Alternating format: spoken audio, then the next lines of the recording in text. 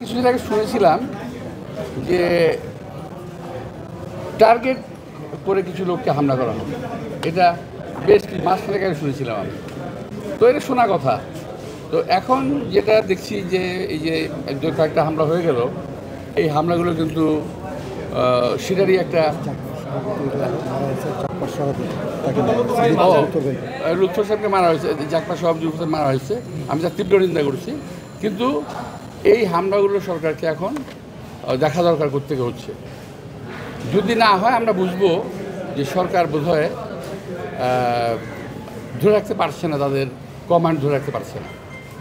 সবাইকে ধন্যবাদ।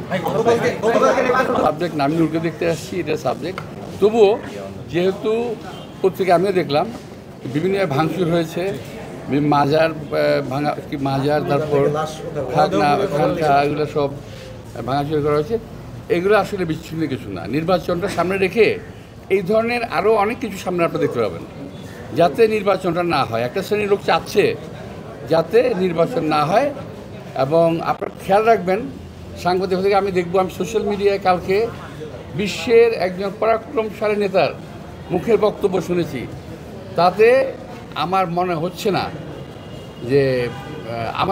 না এই দেশে একটা স্বাভাবিক প্রক্রিয়া আমরা যাচ্ছি, একটা অস্বাভাবিক প্রক্রিয়ায় দেশটা এগিয়ে যাচ্ছে। Thank you.